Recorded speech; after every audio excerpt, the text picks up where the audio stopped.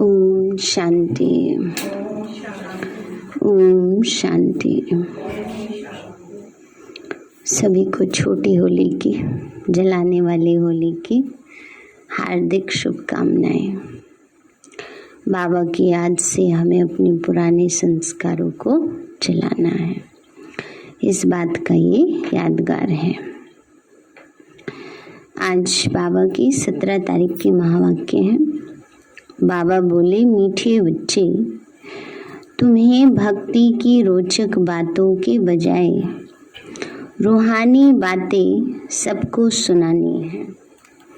मीठे बच्चे, तुम्हें भक्ति की रोचक बातों के बजाय रूहानी बातें सबको सुनानी है। रावण राज्य से मुक्त करने की सेवा करनी है।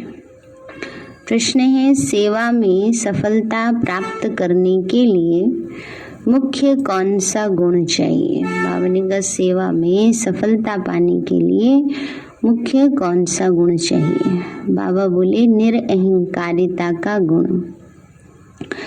महावीर के लिए भी दिखाते हैं। महावीर मन हनुमान के लिए दिखाते हैं ना।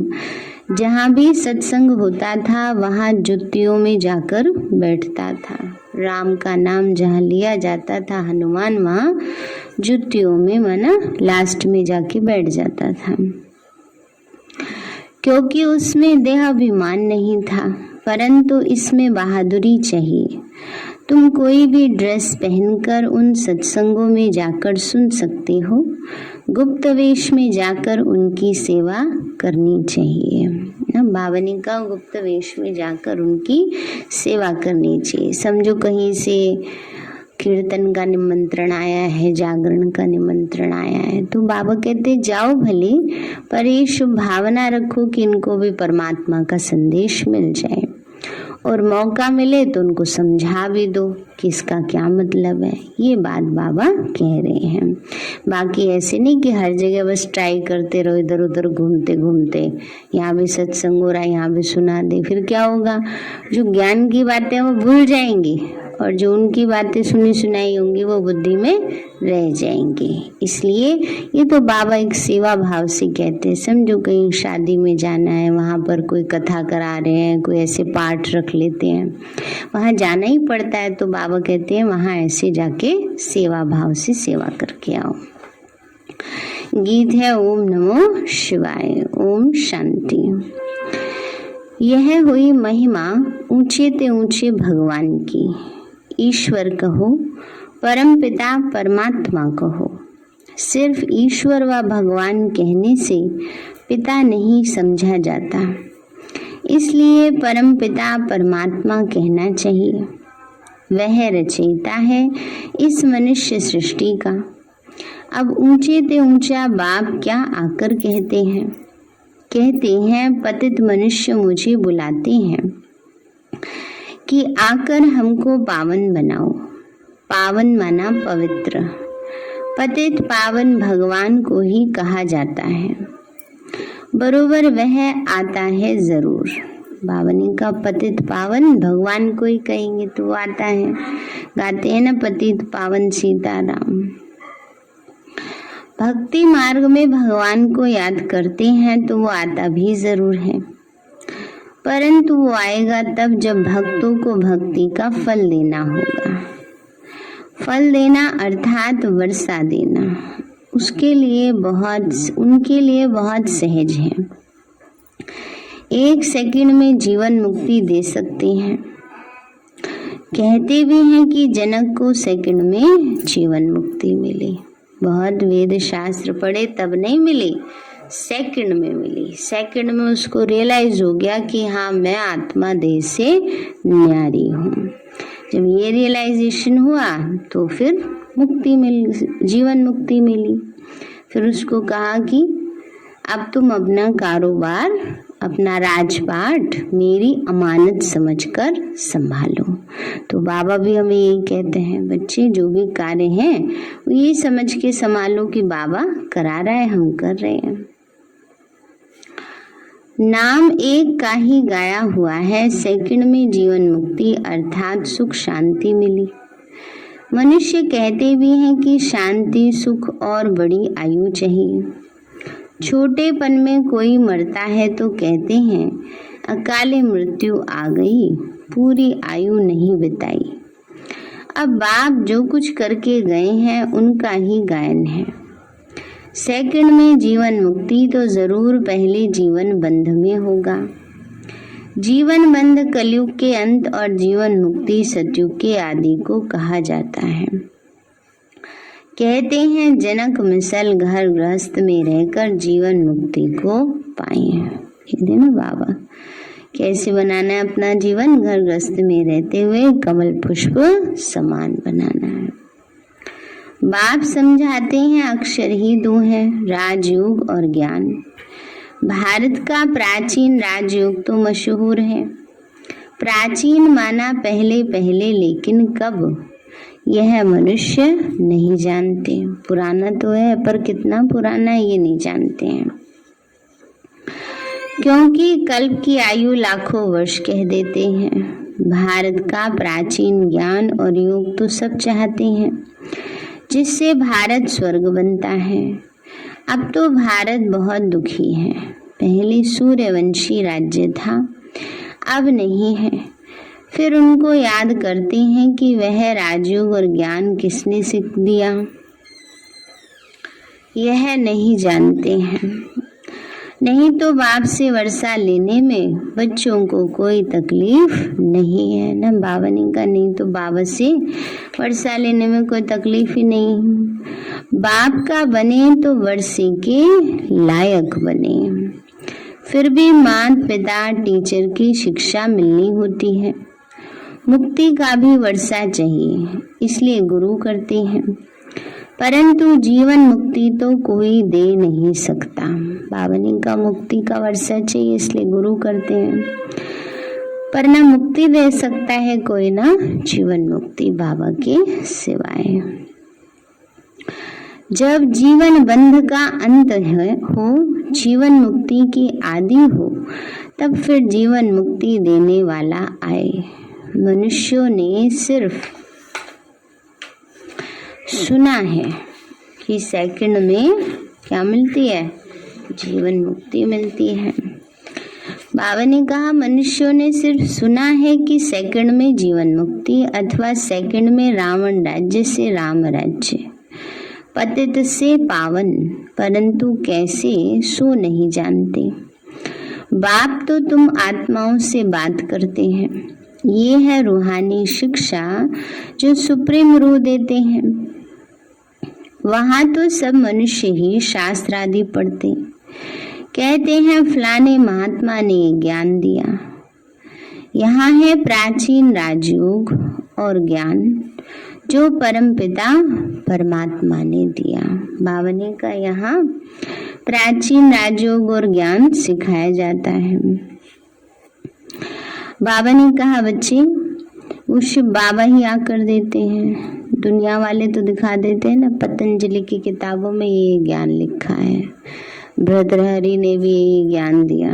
अब बाबा कहते हैं लेकिन देने वाला कौन है, शिव बाबा है। बाबा ने कहा बच्चे अब वो प्राय लोप हो गया है। अगर लोप ना हो तो सुनाई कैसे।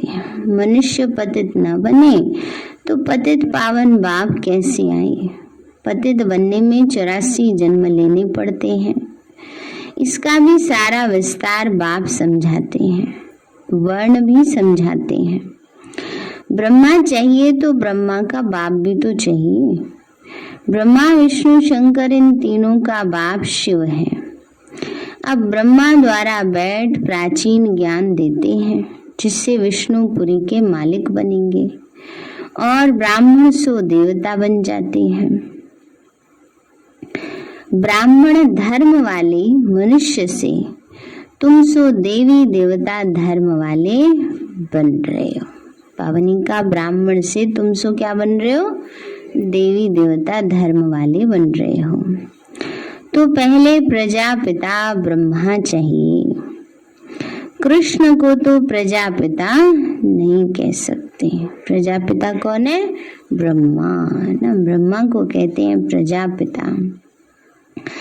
यह तो सब उल्टी बातें बना दी हैं। कृष्ण को इतनी रानियां बच्चे आदि थी, ये है भूल। वास्तव में बच्चे हैं ब्रह्मा को, न कि श्री कृष्ण को। पावनी का ब्रह्मा के बच्चे हैं, श्री कृष्ण को नहीं है। ब्रह्मा ही कृष्ण बनते हैं। बस इस एक जन्म की उथल पथल ने मनुष्यों को मुझा दिया है। गीता का भगवान कृष्ण को कहे, शिव को उड़ा ही दिया है। सब कहते हैं ब्रह्मा को 3 मुख थे। कितने मूंझ गए हैं। कोई 3 दिखा देते हैं, कहीं कहीं फोटो में 4 दिखा देते हैं, कोई 5 दिखा देते हैं, ये नहीं पता कितने हैं। बाबा कहते हैं हम है तो एक ही मुख, ये तो सिंबॉलिक है सारे। 3 मुख मना बाबा हमें ब्रह्मा मुख के द्वारा तीनों कालों का ज्ञान देते हैं। 4 मुख जो वेद हैं वो 4 हैं, तो सभी वेदों शास्त्रों का सार सुनाते हैं। पंचमुखी ब्रह्मा भी दिखाते हैं ना, तो वो कहते हैं संगम है 5वां युग। बाबा आकर संगम युग पर हमें इस समय सत्य ज्ञान देते हैं, क्योंकि मुख के द्वारा ज्ञान दिया, इसलिए मुख को ही इतना मल्टीप्लाई कर दिया, 1 से 2, 2 से 4 कर दिया। तो बाबा कहते हैं बच्चे अब कितने हैं ये तो पता ही नहीं है, उल्टी बातें बना दी है। कृष्ण को इतनी रानियां बच्चे आदि थे। पावनी का ये है भूल। वास्तव में बच्चे ब्रह्मा को है, न कि श्री कृष्ण को। गीता का भगवान कृष्ण को कह शिव को उड़ा दिया है। कहते हैं ब्रह्मा को 3 मुख थे, कितने मूंझ गए हैं। शिव रचयिता को तो एकदम गुम ही कर दिया है।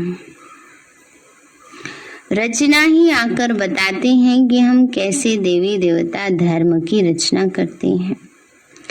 ऐसे नहीं परमात्मा सृष्टि कैसे रचते हैं। परमपिता परमात्मा को बुलाते ही हैं कि हे पतित पावन आकर हम पतितों को पावन बनाओ। दुनिया को ये मालूम ही नहीं कि इस समय रावण का राज्य चल रहा है। रावण की बड़ी बड़ी कथाएं बैठ सुनाते हैं। इसको कहा जाता है भक्ति की रोचक बातें, और ये है रूहानी बातें, ज्ञान की बातें, रूहानी बातें। इस समय सब सीताएं अथवा भक्तियां रावण की कैद में हैं और रावण राज्य में बहुत दुखी हैं। अब रावण राज्य से मुक्त कराना है। अब बाप आए हैं, कहते हैं बच्चे तुम्हारे 84 जन्म पूरे हुए, अब वापस चलना है। मुझे ही बुलाते थे कि दुख हरता सुख करता आओ। ये मेरा ही नाम है। कलयुग में है अपार दुख और सतयुग में अपार सुख। फिर से तुमको सुख का वर्षा दिलाने अर्थ फिर से तुम्हें राजयोग और ज्ञान सिखला रहा हूँ। तो ये पुरानी दुनिया विनाश हो जाएगी। बाबा ने कहा फिर से ज्ञान दे रहा हूँ, फिर क्या होगा? पुरानी दुनिया विनाश हो जाएगी, नई दुनिया आएगी। मनुष्य तो विनाश से बहुत डरते हैं, समझते हैं ये आपस में लड़े ही नहीं, शांति हो जाए। कितना तबाही हो रही विनाश से, है ना। अब बाबा कहते हैं ऐसा तो होता नहीं है, फिर इतने अनेक धर्मों में शांति कैसे होगी? बाप समझाते हैं यह इतने सब धर्म जो भी हैं वो पहले नहीं थे।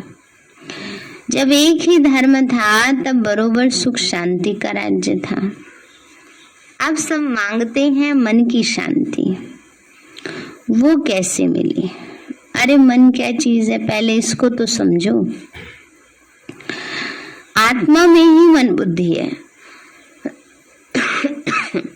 भावने का मन क्या चीज है इसको समझो। भावने का आत्मा में ही मन बुद्धि है। मनुष्य की जबान बोलती है, आंखें देखती हैं, टोटल मिलाकर कहते मनुष्य दुखी है। किसी को भी समझाना बड़ा सहज है कि बाप को याद करो और वर्षे को याद करो। फिर झाड़ और ड्रामा की समझानी भी देनी पड़े, जिसके लिए चित्र बने हुए हैं। सिर्फ मन मना भव कहने के लिए तो चित्र की दरकार नहीं। चित्रों पर समझाने में तो घंटा लग जाता है, टाइम लग जाता है ना समझाने देने में। फिर उसमें भी किसी को समझ में आए, किसी को नहीं भी आता है थोड़ी देर में, एक बारी में। प्राचीन राजयोग भगवान ने सिखाया और राजाई मिल गई। फिर कोई मनुष्य थोड़े ही राजयोग सिखलाएंगे। बाप और वर्षे को याद करो तो ठीक है, परंतु यह डिटेल तब तक किसी को समझाए नहीं, तब तक बुद्धि नहीं खुलेगी, सृष्टि चक्र को समझ नहीं सकेंगे। जब कोई ड्रामा देखकर आते हैं तो वो बुद्धि में आदि से अंत तक घूमता रहता है। कहने में तो सिर्फ इतना ही आएगा कि हम ड्रामा को देख के आए हैं। तुम भी कहते हो हम इस ड्रामा को जानते हैं, परंतु डिटेल बहुत है। वो तो 3 घंटे का ड्रामा होता है, तो 5000 वर्ष का ड्रामा है, तो डिटेल तो होगी ना इसकी ज्यादा। बाप से सुख शांति का वर्षा मिलता है। फिर बुद्धि में चक्र भी है, 84 का चक्र, तो जरूर घड़ी घड़ी याद करना है। यह ज्ञान ब्राह्मणों को ही मिलता है, जो फिर देवता बनते हैं। बाबा ने कहा सबको नहीं मिल सकता ये ज्ञान। जो देवी कुल की आत्मा होगी उसी की बुद्धि में बैठता है। बाबा ने कहा देवी देवता बनने वाले को ही याद रहेगा, और कोई की बुद्धि में बैठेगा ही नहीं। बाबा ने कहा बच्चे, ब्रह्मा सो विष्णु, विष्णु सो ब्रह्मा कैसे बनते हैं? तो तुम जो देवी देवता थे पुनर्जन्म लेते लेते फिर ब्राह्मण बने। हद का बाप तो सिर्फ उत्पत्ति और पालना करते हैं, विनाश तो नहीं करेंगे। विनाश अर्थात सारी पतित दुनिया ही न रहे, सारे रावण राज्य का ही विनाश होना है, नहीं तो राम राज्य कैसे हो। तो वहां कभी रावण को जलाते नहीं। भक्ति मार्ग की कोई भी बात ज्ञान मार्ग में होती नहीं। सतयुग में कभी रावण को थोड़ी जलाएंगे, है ही नहीं, रावण कहां से जलाएंगे। तुम तो सतयुग त्रेता में प्रारब्ध भोगते हो, वो है ज्ञान की प्रारब्ध। इसको कहेंगे भक्ति की प्रारब्ध। अल्पकाल क्षणभंगुर सुख। पहले भक्ति अव्यभिचारी थी, फिर वह विचारी होते होते बिल्कुल ही दुखी बन जाते हैं। सदगति दाता एक बाप है, यह तो समझाना है। बाप और वर्षे को याद करो। याद किया और स्वर्ग की बादशाही मिली, फिर नरक में कैसे आए? ये सब बातें बाप बैठ ही समझाते हैं। अब तुमको सारे सृष्टि चक्र के आदि मध्य अंत का पता पड़ गया है। इस समय तुम त्रिकालदर्शी बन रहे हो। क्या बना दिया बाबा ने? त्रिकालदर्शी। त्रिकालदर्शी माना तीनों कालों को जानने वाले ना। तो बाबा कहते हैं अभी तुम ज्ञान से तीनों कालों को जान गए हो, अपने भी और औरों के भी। उनको तुम कहेंगे कि देवताएं भी त्रिकालदर्शी नहीं थे, तो कहेंगे तब कौन थे? क्योंकि संगम युगी ब्राह्मणों को तो कोई जानता नहीं। दिखाते हैं जहां भी सत्संग होता था तो हनुमान जाकर जुत्तियों में बैठ जाता था। अब ये बात महावीर के लिए क्यों कही है? क्योंकि तुम बच्चों में कोई देहाभिमान तो है नहीं। बाबा ने कहा बच्चे, ये बात महावीर हनुमान कौन है? सब बाबा के बच्चे जो निरंकारी हैं ना। तो बाबा ने कहा जो निरंकारी है, जिनमें देहाभिमान नहीं है, उनके लिए कहा गया है कि कहीं अपने आप को मोल्ड करें सेवा के लिए, कहीं कहीं मोल्ड भी करना पड़ता है, तो कोई बात नहीं। तो बाबा कहते हैं बच्चे, क्योंकि तुम बच्चों में कोई देहाभिमान है नहीं, समझो सत्संग में कोई ऐसी बात निकल पड़े तो तुम कह सकते हो कि प्राचीन सहज राजयोग और ज्ञान से सेकंड में जीवन मुक्ति लेना है तो फलाने के पास जाओ। समझाने वाला बहुत बहादुर और निरंकारी चाहिए ना। फिर बाबा कहते समझाने वाला बहादुर भी होना चाहिए, निरंकारी भी होना चाहिए ना। ऐसे नहीं जोश में आ जाओ एकदम, अच्छा तुम जो कह रहे हो बिल्कुल गलत है, ऐसे तो नहीं कहना ना। तो बाबा ने कहा बहादुर भी हो, डरे भी नहीं कि हमारी बात कोई मानेगा, पता नहीं मानेगा, ये भी नहीं होना चाहिए, लेकिन निरंकारी भी होना चाहिए। जरा भी देहाभिमान ना हो। कहाँ भी जाके बैठे, टाइम मिल जाए तो बोलना चाहिए। समझो किसी ने इनवाइट किया है ना, तो वहाँ जाना है, तो वहाँ जाके बाबा कहते हैं टाइम मिले, स्थिति देखो ऐसी है तो सेवा करो, सुना उनको ज्ञान। और नहीं तो क्या करो, अगर पूरी बात पता नहीं हो तो वाइब्रेशन ही देते रहना चाहिए, क्योंकि कई बारी वो ऐसी बात कह देते हैं समझने वाले कि समझाने वाले उलझ जाते हैं। तो इसलिए ये भी थोड़ी समझदारी से चलना है, युक्ति से चलना होता है। तो बाबा ने कहा मजबूत होगा तो भाषण आदि करेगा कि गृहस्थ व्यवहार में रहते कैसे सेकंड में जीवन मुक्ति मिल सकती है। परम पिता परमात्मा के सिवाय तो कोई दे नहीं सकते, ये महावीर ही समझा सकते हैं। सुनने के लिए मना नहीं है, गृहस्थ व्यवहार में रहते तुम बच्चे बहुत सर्विस कर सकते हो। बोलो राजयोग सीखना हो तो ब्रह्मा कुमारियों के पास जाओ, आगे चलकर तुम्हारा बहुत नाम बहुत बाला हो जाएगा। हो गया ना, अभी ब्रह्मा कुमारी इसका नाम बहुत बाला है, मेजॉरिटी हो जाएगी, अभी तो थोड़े हैं। भगाने का नाम भी बहुत है, कृष्ण ने भगाया। अरे भगाने की तो बात ही नहीं है कोई, टीचर कभी पढ़ाने के लिए भगाते हैं क्या? सर्विस करने वालों का तो बहुत विचार सागर मंथन करना है और बहुत बहादुर बनना है। अच्छा मीठे मीठे सिक्के लदे बच्चों प्रति माता पिता। गुड मॉर्निंग रूहानी बाप, रूहानी हम बच्चों की, रूहानी माता पिता बाप दादा। नमस्ते नमस्ते नमस्ते बाबा नमस्ते। धारणा के लिए मुख्य सार है, सभी भक्ति रूपी सीताओं को रावण की कैद से छुड़ाना है। सेकंड में मुक्ति जीवन मुक्ति की राह दिखानी है ना। बाबा ने कहा सबको रावण की कैद से छुड़ाना है और मुक्ति जीवन मुक्ति की राह दिखानी है। बाप और वर्षे को याद करना है। देहाभिमान छोड़ महावीर बन सेवा करनी है। विचार सागर मंथन कर सेवा की नई नई युक्तियां निकालनी है। वरदान दिया बाबा ने, नथिंग न्यू की युक्ति द्वारा हर परिस्थिति में मौज की स्थिति का अनुभव करने वाले सदा अचल अडोल भव। नथिंग न्यू के युक्ति द्वारा हर परिस्थिति में मौज की स्थिति का अनुभव करने वाले सदा अचल अडोल भव। बाबा बोले ब्राह्मण अर्थात सदा मौज की स्थिति में रहने वाले। दिल में सदा स्वतः यही गीत बजता रहे, वाह बाबा और वाह मेरा भाग्य। दुनिया की किसी भी हलचल वाली परिस्थिति में आश्चर्य नहीं, हाय क्या हो गया, नहीं, बाबा ने बता ही दिया ऐसा होगा ही। बाबा ने कहा आश्चर्य नहीं, फुल स्टॉप। कुछ भी हो जाए लेकिन आपके लिए नथिंग न्यू, कोई नई बात नहीं है। इतनी अंदर से अचल स्थिति हो, क्या क्यों में मन मुझे नहीं, तब कहेंगे अचल अडोल आत्माएं।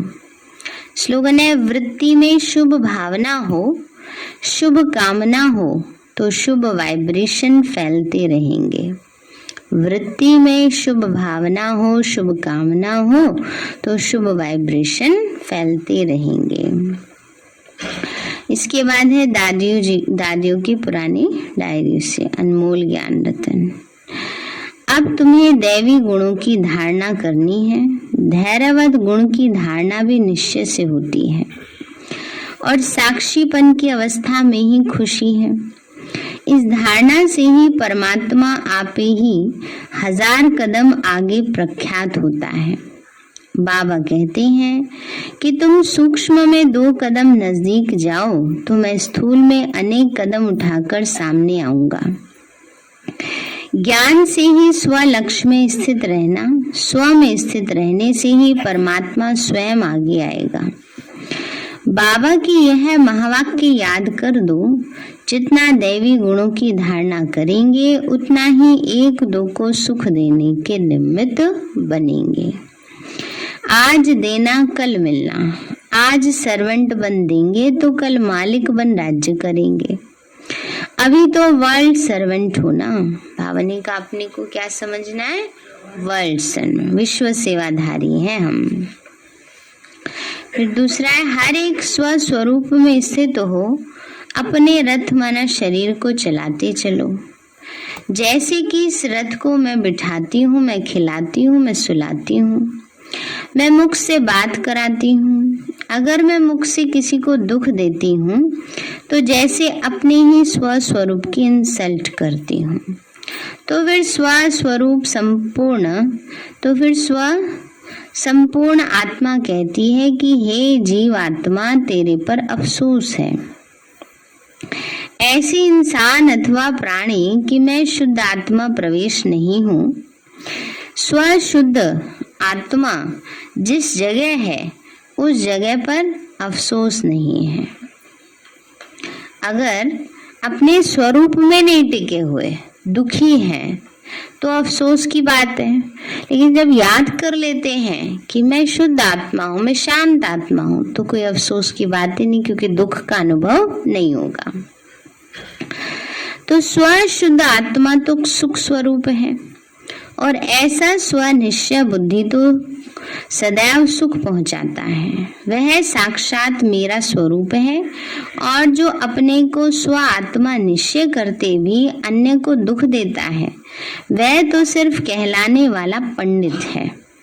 उसका असर दूसरों पर नहीं होता। माना अपने को आत्मा निश्चय करते भी खुद भी दुखी है, दूसरों को भी दुख दे रहे हैं, तो फिर क्या है? सिर्फ ऊपर ऊपर का ज्ञान है। अच्छा, ओम शांति। सारे हैं मीठे बच्चे, तुम्हें भक्ति की रोचक बातों के बजाय रूहानी बातें सबको सुनानी है। रावण राज्य से मुक्त करने की सेवा करनी है। प्रश्न है, सेवा में सफलता प्राप्त करने के लिए मुख्य कौन सा गुण चाहिए? बाबा बोले निरंकारिता का गुण। महावीर के लिए भी दिखाते हैं, जहाँ भी सत्संग होता था वहाँ जुत्तियों में जाकर बैठता था, क्योंकि उसमें देह अभिमान नहीं था, परंतु इसमें बहादुरी चाहिए। तुम कोई भी ड्रेस पहनकर उन सत्संगों में जाकर सुन सकते हो, गुप्त वेश में जाकर उनकी सेवा करनी चाहिए। ये दया। ओम नमो शिवाय। अच्छा, ओम शांति। अभी हम प्यारे बाबा को भोग लगाएंगे ना, और शाम को कितने बजे आना है सभी को? हाँ, पहले मुरली चलेगी, अगर मुरली सुन ली है तो पहले